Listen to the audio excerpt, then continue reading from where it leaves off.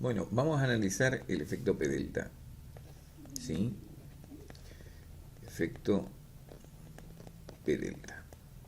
Pero tenemos dos P delta. Un P delta, desplazamiento de nodos, y otro P delta considerando a la barra que tiene una deformación. Vamos a suponer una situación, para hacer la explicación sencilla, de una barra ¿sí? empotrada en su parte inferior, sometida bajo la acción de una carga W, ¿sí? una fuerza horizontal a una determinada altura, y esta barra, si es rígida, solamente admite un desplazamiento, ¿sí? y debido a ese desplazamiento la carga P última provoca un momento de segundo orden. ¿Sí? Entonces vamos a analizar a ver qué pasa. Vamos a tener un momento de primer orden, ¿sí? que va a ser W por H, y un momento de segundo orden, que va a ser P por delta F. Bien, entonces como sabemos que la ecuación de rigidez de la derivada en este sentido vamos a considerar si voy a hacer los ejes y en este sentido x va a ser entonces al revés de x al cuadrado con respecto a y del diferencial segundo va a ser igual al momento flector. Partiendo de la ecuación de la deformación, podemos, si aplicando el método de la doble integral, saber cuánto se desplaza la estructura. Entonces, el delta final va a ser igual, ¿sí? Vamos a cambiar de figura, delta final va a ser igual a la doble integral entre 0 y h de el valor de momento mx por el diferencial de y, ¿sí? Pero es diferencial de y cuadrado. Si integramos dos veces, el diferencial de x obviamente nos da el desplazamiento. Entonces, si integro la primera vez, para tener una idea, me va a quedar mx por y por diferencial de y. Como vemos, esto es aproximadamente, nos representa la integral del diagrama de momento, rigidizado obviamente. Me olvidé de haber pasado, como la rigidez es una constante, lo puedo sacar afuera, y es el momento estático del diagrama de momento flector. ¿Sí? Como está dividido la rigidez, sería momento flector rigidizado. Según Moore, ¿sí? toma momento estático, si querían determinar el desplazamiento, él tomaba el momento estático del diagrama de momento rigidizado y determinaban cuánto era lo que se desplazaba en ese punto. Y eso es lo que vamos a hacer entonces. ¿Sí? Aplicar el segundo teorema de Moore.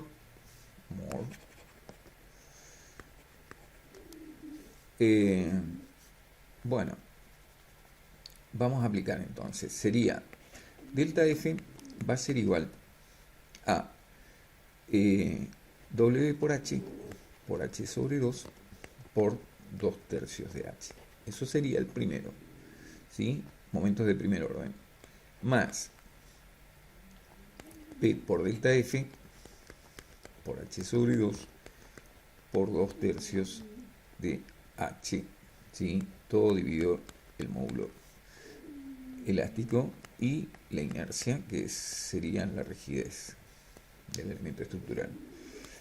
Como podemos apreciar, me da W por H al cubo sobre 13 por I más P por delta F, ¿sí? dividido por H al cuadrado, me queda, ¿no? ¿Sí? 13 por I. Bien, vamos a pasar este término y vamos a factoriarlo. ¿Sí? Tenemos 1 más P por H al cuadrado sobre 13 por I. Y este término que está acá no es otra cosa que el momento de primer orden. O sea que va a ser el desplazamiento de primer orden. ¿Sí? Que lo podemos calcular con cualquier programa de efecto lineal. ¿Sí? Entonces, vamos a despejar el desplazamiento final. Va a ser igual al desplazamiento inicial sobre 1 más p por h al cuadrado sobre 3e por i. Bien, esta ecuación es sumamente importante porque si esto tiende a infinito, significa que esto, el denominador, va a tender a 0. Y si el denominador tiende a 0, voy a despejar y voy a tener un p crítico que va a ser igual, ¿sí? Despejando, obviamente va a ser 3e por i dividido h al cuadrado. Bien, esta será la carga crítica que va a provocar, ¿sí?, el desplazamiento indefinido de la estructura, considerando solamente el desplazamiento de nodo, ¿sí? Yo considero la barra rígida. Pero ¿qué pasa si la barra se deforma? ¿Sí? Considero la deformación. La deformación de la barra. Entonces voy a considerar el efecto P delta, ¿sí? En este caso, si presto atención, volvemos a hacer el dibujo, ¿sí? Lo que tenemos es que al tener una deformación, ¿sí?, seguirá los análisis de una curva. O sea, se parecerá más a la función como hizo Euler su análisis, a una función senoidal, ¿sí? Entonces, si considero cuáles son las situaciones, tengo momentos de primer orden, debido a la fuerza horizontal, ¿sí? Momentos de primer orden, sería W por H, y tengo una función senoidal que es la que va a producir ese fenómeno. Como yo sé que esta curva es 2 veces h y esto me representa la mitad de una función senoidal, sería pi. La distancia es menor que h, si yo digo 2h sobre pi, entonces podría considerar que es el centro de gravedad de la figura. Y a su vez voy a hacer otra simplificación, que esta superficie es equivalente a este porque son elementos diferenciales muy chiquitos, ¿sí?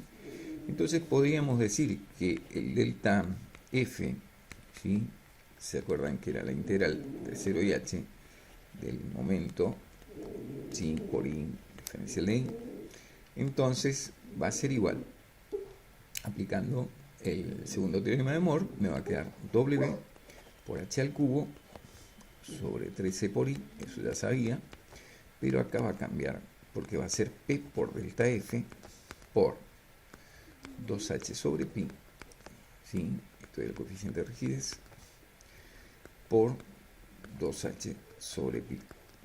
O sea que va a ser esto igual a delta 1, cortando los pasos, igual a p por delta f h al cuadrado sobre pi al cuadrado por e por i. Bien, pero me está faltando 2 por 2, 4. O sea que acá me faltó el valor 4. Muy bien. Entonces, si yo analizara acá la ecuación, delta f va a ser igual a delta 1, salteando unos pasos, me va a quedar 1, ¿sí?, cuando factoré esto, saco factor común, cuando estaba al otro término, menos 4, ¿sí?, p por h al cuadrado sobre pi al cuadrado por e por i. Bien, entonces, si presto atención a esta ecuación que tengo acá y la estudio, yo sabía que Euler, la ecuación de Euler, el p crítico de Euler, es igual a pi al cuadrado por e por i sobre un coeficiente k por h al cuadrado. Y es lo que tenemos acá. O sea que nosotros tenemos, para la condición de empotrado articulado, el coeficiente k, sí, es 4, Entonces, lo que tenemos acá en el denominador es la carga de Euler. Por lo tanto, podremos expresar que es igual a delta 1, desplazamiento de primer orden, de 1 menos el P último que está actuando sobre la columna dividido el P crítico de Euler, que es la fórmula que usamos para el factor de, ¿sí? Parecida al factor de amplificación. Si damos un desplazamiento, entonces conocemos este desplazamiento, podemos conocer el delta final. Y entonces, ¿podré conocer el factor de amplificación de momento? Sí, podré conocer el factor de amplificación de momento. Entonces, vamos a anexar una hoja nueva. Una vez que tenemos el factor de delta F es igual a 1 sobre 1 menos, vamos a hacer la ecuación completa, ¿sí? P por h al cuadrado 4p dividido pi al cuadrado e por i. ¿Por qué hacer de vuelta? Porque me interesa a mí, si esto tiende a infinito, ¿cuánto es la carga crítica? La carga crítica va a ser igual a pi al cuadrado por e por i sobre 4, ¿sí? H al cuadrado, para demostrar nada más que la carga crítica es la carga crítica de Euler, ¿sí? Que tenía la función, tomaba la función senoidal, ¿sí? Nada más que la voy a dibujar al revés a la función senoidal, y toma una media onda, la función, que representa un pi, y donde la amplitud no es otra cosa que el desplazamiento. Entonces, volviendo a recapitular, yo podría saber cuál es la relación entre el P crítico, considerando a P delta, desplazamiento de nodo, como la barra recta, y el P crítico, considerando el P delta. ¿Qué es lo que pasa? Entonces yo sabía que el anterior era 3 por i sobre, sería h al cuadrado, y la otra es 4h al cuadrado sobre pi al cuadrado de por i. Como podemos apreciar, esto se va a simplificar, se simplifica, me va a quedar 12 dividido pi al cuadrado, que es aproximadamente 1,216. O sea que yo estoy menospreciando, si considero solamente las cargas críticas de desplazamiento de nodo, en un 21,6%. ¿Sí? Debo considerar entonces las deformaciones de la barra cuando vaya a hacer el análisis P delta. Eso es muy importante, este concepto. Entonces, vamos a ver qué sucede con nuestro reglamento Zircock. Nuestro reglamento Zircock, ¿sí?, toma en cuenta lo siguiente. El 201, ¿sí?, en su artículo